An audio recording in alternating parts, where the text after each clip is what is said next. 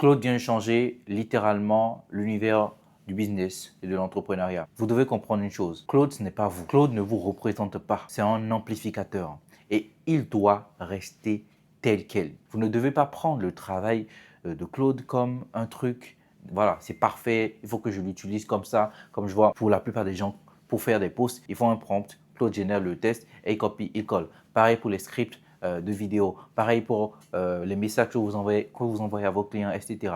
Non, Claude doit rester ce qu'il est, un amplificateur. Claude doit vous servir, d'accord? Claude ne doit pas se servir de vous. Aujourd'hui, ça se voit lorsque vous utilisez l'intelligence artificielle, notamment Claude, pour pouvoir faire des posts, des messages, des tests de vente, etc., même des vidéos.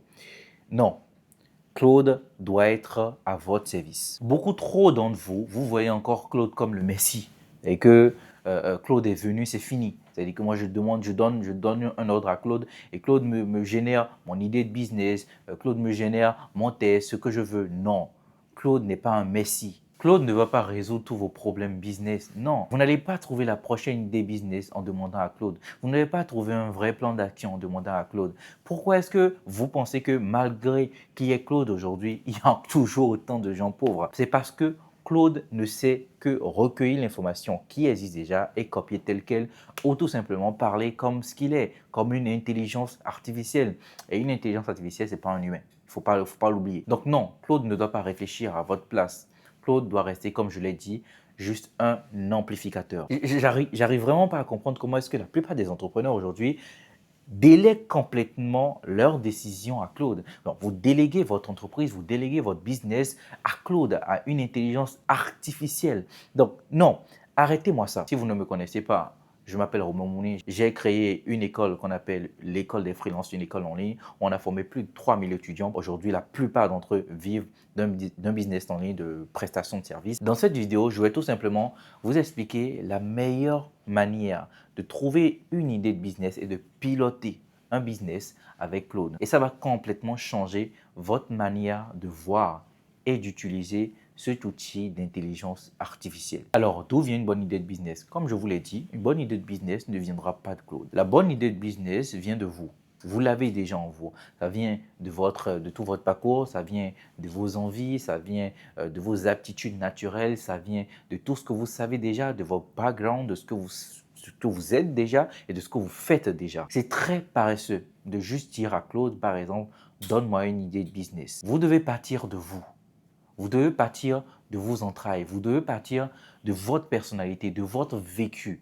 Et ensuite, l'intelligence artificielle n'est qu'un assistant. L'intelligence artificielle ne suit que vos directives. D'accord? L'intelligence artificielle ne fera jamais un travail parfait, un travail personnalisé, un travail créatif. Donc oui, vous devez utiliser l'intelligence artificielle, mais juste comme un assistant, un exécutant, un amplificateur, celui qui amplifie vos idées, celui qui arrive à mettre un peu de clairvoyance dans le flou de vos idées. Mais les idées viennent de vous, l'idée de business vient de vous. De la même manière que le fait de faire le business vient de vous, parce que c'est vous et vos ambitions, parce que c'est vous et votre personnalité, parce que c'est vous et vos forces, parce que c'est vous et vos faiblesses. Et c'est ça que les gens ont envie de savoir, que ce soit votre audience, que ce soit vos clients, les gens ont envie de voir vous, pas une version propre de vous, pas une version masquée de vous que l'IA aime bien embellir ou aime bien montrer. Déjà, il faut comprendre que l'intelligence artificielle, c'est à la fois une bénédiction et une malédiction. Une bénédiction parce que il peut faire tout ce que tu veux. Tout ce que tu lui demandes de faire, il te le fera. Ça, il n'y a pas de souci. Tu lui demandes de te générer un texte, il te le fera. Tu lui demandes de rédiger un mail, il te le fera. Tu lui demandes de lancer des publicités pour toi, il te le fera.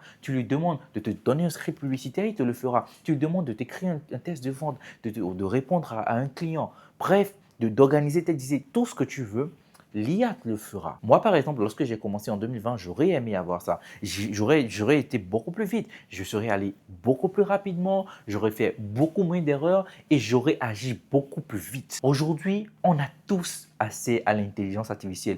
Oui, même moi, je fais partie de ceux qui crient utiliser l'intelligence artificielle. Faites-ci. L'intelligence artificielle, c'est incroyable et tout. Oui, mais n'oubliez pas que Claude, nous l'avons tous. Tout le monde a accès à l'intelligence artificielle. Tout le monde a accès à l'IA. Donc, qu'est-ce que cela signifie? Cela signifie qu'on a tous le même niveau d'information, le même niveau technique à peu près aujourd'hui. Ce qui rend les attentes un peu plus élevées. ton audience a des attentes plus élevées que juste un test généré par intelligence artificielle sans âme. Ton client a besoin d'un message un peu plus propre, un peu plus approprié. Peu importe ton business, les gens auxquels tu t'adresses ont besoin d'un message propre à eux, ont besoin que tu le parles. Toi, aujourd'hui, il faut vraiment que tu comprennes que l'intelligence artificielle, on arrive facilement à le détecter. Si tu génères un travail, si tu lances un business que l'intelligence artificielle t'a généré en pensant que allez, personne ne va cramer, non. D'où est-ce que l'intelligence artificielle allait chercher cette idée de business? Elle allait chercher parmi tout ce qui existe déjà. Donc non, déjà, ton idée de business doit venir de toi, de ta personnalité. Si tu te lances juste dans un truc et que tu te dis, OK, je veux faire le miniature making parce que Claude me l'a dit, tu seras en compétition avec ChatGPT. Parce que, OK, tu vas apprendre à faire des miniatures, mais ChatGPT fait déjà des miniatures. Si tu veux te lancer en tant que copywriter, OK, belle idée, très bien. Mais à côté, il y a plein de gens qui se lancent dans le copywriting avec l'intelligence artificielle. Donc, tu dois comprendre que l'attente est supérieure maintenant. Les gens attendent quelque chose de meilleur. Un travail qui était quand même assez acceptable avant ne l'est plus aujourd'hui. C'est le bas niveau en maintenant. Donc, les gens attendent du nouveau. Les gens attendent quelque chose de meilleur. Pourquoi est-ce qu'on travaillerait avec toi si on sait que l'intelligence artificielle peut faire mieux et gratuitement? Donc, ce qui va faire la différence n'est plus une exécution basique. Ça, tout le monde peut le faire avec Claude. Ce qui va faire la différence, ce qui va te différencier toi en tant qu'entrepreneur, c'est le recul que tu prends. C'est de devenir un stratège. Tu n'as plus besoin d'être un exécutant. L'IA le fait pour toi, Claude le fait pour toi. Plus personne n'a besoin d'être un exécutant. Donc là, comprends que tu n'es plus quelqu'un qui doit être forcément bon techniquement. Non. Tu dois être quelqu'un qui est bon à prendre du recul, qui est bon à prendre de meilleures décisions, qui est bon en stratégie, à savoir commander l'IA, à savoir corriger l'IA, à ne pas être un gugus, un bébête qui suit bêtement ce que l'IA fait sans correction. Non, tu dois avoir une pensée propre. Et c'est cette pensée propre que tu vas projeter sur l'intelligence artificielle pour faire tout ce que tu as à faire. Donc, le but, c'est d'apporter la qualité de ton jugement propre, sur l'outil que tout le monde a. Si Paul a le même outil que toi, Claude, si Jacques a Claude, si Jean a Claude, toi aussi tu as Claude, qu'est-ce qui va vous différencier puisque Claude va faire le même travail pour vous quatre? Qu'est-ce qui va te différencier? C'est ton jugement propre, ainsi que le recul que tu as et que tu vas adosser à l'intelligence artificielle. Et c'est ça qui va te différencier. C'est ça qui va différencier ton travail. C'est ça qui va différencier ton idée de business. Claude n'est rien d'autre qu'un assistant. Claude n'est rien d'autre que considérez Claude comme un petit robot qui est à côté de vous, mais pas plus. C'est vous qui lui donnez les ordres. D'accord? C'est vous qui maniez Claude à votre image. Claude ne fait que suivre vos instructions. La source, c'est vous. Vous cherchez une idée de business, prenez un papier, commencez à brainstormer toutes les idées que vous avez, commencez à brainstormer tout ce que vous savez déjà faire, commencez à brainstormer tout ce que vous êtes en mesure de faire, commencez à brainstormer tout ce que vous avez envie de faire, tout ce qui vous passionne. Et ensuite, vous utilisez l'IA, vous utilisez Claude pour pouvoir brainstormer sur ça, pour pouvoir avoir une vision claire. Je le rappelle, Claude est là pour amener de la clairvoyance, de la clarté dans votre idée ou dans vos idées qui étaient floues à la base. Mais à la base, c'est votre idée. Ça ne vient pas de Claude. Tu ne vas pas dire à Claude, oh yo, génère-moi une idée de business. Yo, je veux faire ci. Qu'est-ce que je peux faire comme business aujourd'hui? Non. Il va te sortir des trucs obvious qui ne marchent plus. Donc, comprends que ça doit venir de toi, de ta personne, de tes entrailles. Tu ne peux pas utiliser l'IA parce qu'elle te dira toujours ce que tu as envie d'entendre, parce que tu as besoin d'entendre, parce qu'encore une fois, l'intelligence artificielle, c'est un gugus, c'est un poltron. C'est toi qui l'utilises, ce n'est pas elle qui t'utilise. L'IA ira toujours dans ton sens. L'IA te dira toujours ce que tu as envie d'entendre. Parce que tu as besoin d'entendre. Tu vas dire à l'IA, yo, je veux me lancer dans le e-commerce. Est-ce que c'est une bonne idée? Comment est-ce que tu peux faire ça? À quel moment tu te dis que l'IA va te dire, oh non, ne lance pas l'e-commerce, c'est trop dangereux? Non. Dès le moment où l'IA se rend compte que c'est quelque chose que tu as envie de faire, il va juste te confirmer ce que tu as envie d'entendre. C'est tout simplement ça. Mais si tu viens avec une autre approche, tu lui dis, OK, voici ce que je sais faire. Voici les aptitudes que j'ai, voici les atouts que j'ai, voici ce que les gens disent que j'aime bien faire, voici ce que les gens disent que j'ai naturellement comme atout. Voici mes passions, voici ce pourquoi j'aimerais bien être payé. Et tu mets tout ça, même dans un brouillon d'idées, et que tu dis à Claude, voici tout ça, essaye de mettre un peu plus de clarté dedans et de me dire qu'est-ce qui serait le mieux adapté pour moi. Tu vois, là, tu utilises toujours Claude.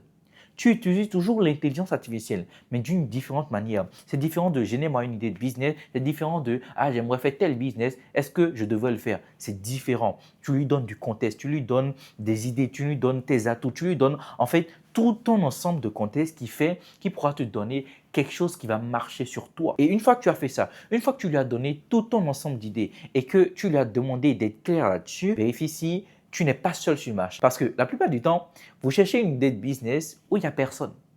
Vous cherchez une idée de business aussi où vous êtes le seul. Vous voulez être le seul poisson dans l'océan. Non. Les meilleures idées de business, ceux qui sont les plus rentables, ce sont les business où il y a déjà des gens, où c'est déjà prouvé que ça marche. Pas non plus trop de concurrents, mais au moins qui est déjà un marché qui a validé ce que tu veux lancer. S'il n'y a pas de concurrent, c'est très probablement une mauvaise idée de business. Ensuite, tu vas lire ce livre-là qui s'appelle Mom Test pour pouvoir valider si l'idée de business est réellement bonne. Alors, pourquoi ce livre? Tout simplement parce que j'aime bien la philosophie que transmet ce livre. Alors, le principe du livre est très simple. Si tu demandes à ta mère si ton idée de business elle est bonne, ta mère va forcément te dire oui. Donc, pour obtenir la réalité et pour vraiment savoir si l'idée de business que tu veux lancer a une bonne idée, tu dois partir du passé. Est-ce qu'il y a déjà eu la demande? Est-ce qu'il y a réellement un problème à résoudre? Est-ce qu'il y a réellement une vraie solution? Est-ce que ta solution est une vraie solution? Bref, tu vas voir tout un background qui va te fixer sur le fait que, écoute, ton business, il est bon, est-ce qu'il est mauvais? Donc, la deuxième manière, si tu ne veux pas passer par Claude, c'est d'aller lire ce livre pour pouvoir valider ton idée de business. L'idée aussi, c'est d'avoir, comme je vous ai dit, une pensée propre. Moi, j'aime beaucoup apprendre ça à mes étudiants avant de se lancer dans une compétence en tant que prestataire de service ou avant de se lancer dans n'importe quel business, de développer votre Ikigai, de découvrir votre Ikigai. L'ikigai, c'est quoi? C'est un concept japonais qui se base sur tout votre vécu, sur ce que vous aimez, sur ce pourquoi vous voulez être payé, sur vos passions, sur vos objectifs de vie et qui se base sur ça pour pouvoir identifier quelle est la meilleure opportunité pour vous. Et ce n'est pas forcément uniquement lié au business, mais quelle est la chose pour laquelle vous pouvez être payé, que vous pouvez vite apprendre et pour lequel vous serez un minimum passionné. Parce que s'il n'y a pas un minimum de passion, si vous ne pouvez pas être payé pour ça et si vous n'avez pas des atouts de base pour ça, ça va être quand même assez difficile. Et même si c'est une bonne idée de business, ce n'est peut-être pas la bonne idée de business pour vous. Donc, votre idée de business est déjà en vous. Si vous voulez utiliser Claude, je ne dis pas de ne pas l'utiliser, mais utilisez-le correctement. Utilisez-le comme quelqu'un qui va soit rendre clair un flou d'idées, ce que vous avez déjà, ce qui est déjà en vous. En fait, tout doit toujours partir de vous. Une fois que vous laissez aller à l'intelligence artificielle, là, c'est grave. Vous n'allez même pas vous rendre compte que vous allez déjà être déjà obvious, que ce soit dans le business ou dans la vie en général, parce que les gens vont savoir. Les gens savent. Ils savent quand ils lisent ton post avec l'intelligence artificielle. Ils savent quand tu lis un script généré par intelligence artificielle devant la caméra. Ils le savent. Les gens ont besoin de personnalité. Les gens ont besoin de voir ta personnalité et c'est pareil pour ton business. Si ton business ne vient pas de toi, si ton business ne vient pas de ton ikigai, de tes atouts propres, de ton background, ça va se sentir que tu n'es pas à l'aise et tu ne vas pas réussir dedans. D'accord? C'est toujours une question de passion, une question d'atout, une question de background. Ça doit venir de toi. D'accord? Et ça, l'intelligence artificielle ne peut pas le faire. C'est pour ça que l'intelligence artificielle ne peut pas te remplacer. L'intelligence artificielle peut remplacer des métiers, l'intelligence artificielle peut remplacer des compétences, mais l'intelligence artificielle ne peut pas te remplacer toi en tant que personne avec tout le background que tu as. Il faut que tu comprennes cela. Et oui, il peut arriver des fois où l'intelligence artificielle va te dire de ne pas suivre ta passion parce que ce n'est pas quelque chose qui va te rapporter de l'argent. Donc, il faut que tu sois un minimum passionné, mais il faut aussi que ça puisse te rapporter de l'argent. Il faut aussi que ça soit basé sur tes atouts naturels. Et peut-être que quelque chose qui est basé sur tes atouts naturels, ce n'est pas forcément quelque chose par lequel tu es passionné en ce moment même, mais c'est quelque chose qui va te rapporter de l'argent. Donc, il faut qu'il y ait tous ces ingrédients-là ensemble. Et je pense que si tu veux utiliser Claude, tu dois obligatoirement alors faire ce travail de brainstorming et demander à Claude de te rapporter de la clarté dans toutes ces idées-là. Base-toi aussi sur ce que je viens de te dire, ton ikigai. Mais c'est super important de comprendre ça, d'accord? Tu es la personne, tu es le G, tu es le patron si tu veux, tu es le stratège. Tu es celui qui a du jugement. Sans ça, l'IA ne peut rien faire, on est d'accord. Donc arrête de t'abandonner à Claude, arrête de t'abandonner à l'intelligence artificielle tout le temps. Il y a une compétence que tu penses que l'intelligence artificielle a, mais que l'intelligence artificielle, Claude, peu importe, n'a pas. C'est une compétence que seul toi tu as ou seul toi tu peux avoir. C'est une compétence qui m'a permis, moi personnellement, d'exploser mes résultats, que ce soit en prestation de service ou lorsque j'ai créé mon école en ligne. Cette compétence, c'est de comprendre la psychologie humaine. Alors, Claude, tu peux lui demander de t'expliquer la psychologie humaine. Tout ce que Claude va faire, c'est d'aller te rapporter des trucs qu'il va trouver sur Internet et te régurgiter ça comme ça. Lorsque toi-même, en tant que personne, tu apprends à maîtriser la psychologie humaine, tu apprends à comprendre l'être humain, tu apprends à savoir comment est-ce qu'on agit sur les émotions d'un être humain pour le faire acheter ton produit, ton service, peu importe. Une fois que tu comprends cela, tu vas beaucoup mieux utiliser l'IA parce que tu vas améliorer, comme je le disais, ton jugement. Tu vas améliorer la façon dont tu vois les choses. Tu vas améliorer la façon dont tu vas guider l'IA parce que oui, ça vient de toi.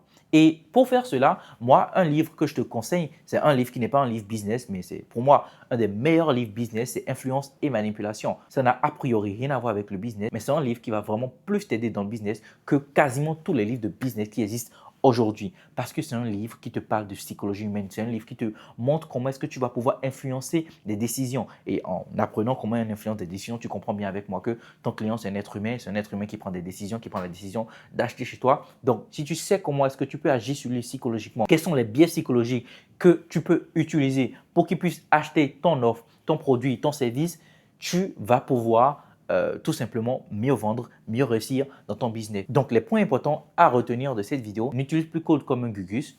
Claude, c'est ton exécutant. Claude, c'est ton amplificateur. Et lis aussi. Lis beaucoup. Lis le premier livre, Mom Test, pour pouvoir valider ton idée de business. Et aussi, lis Influence et Manipulation parce que tu vas beaucoup plus apprendre sur le business, sur la vente en lisant ce livre qu'en demandant à ChatGPT ou que en tout simplement lisant des livres business.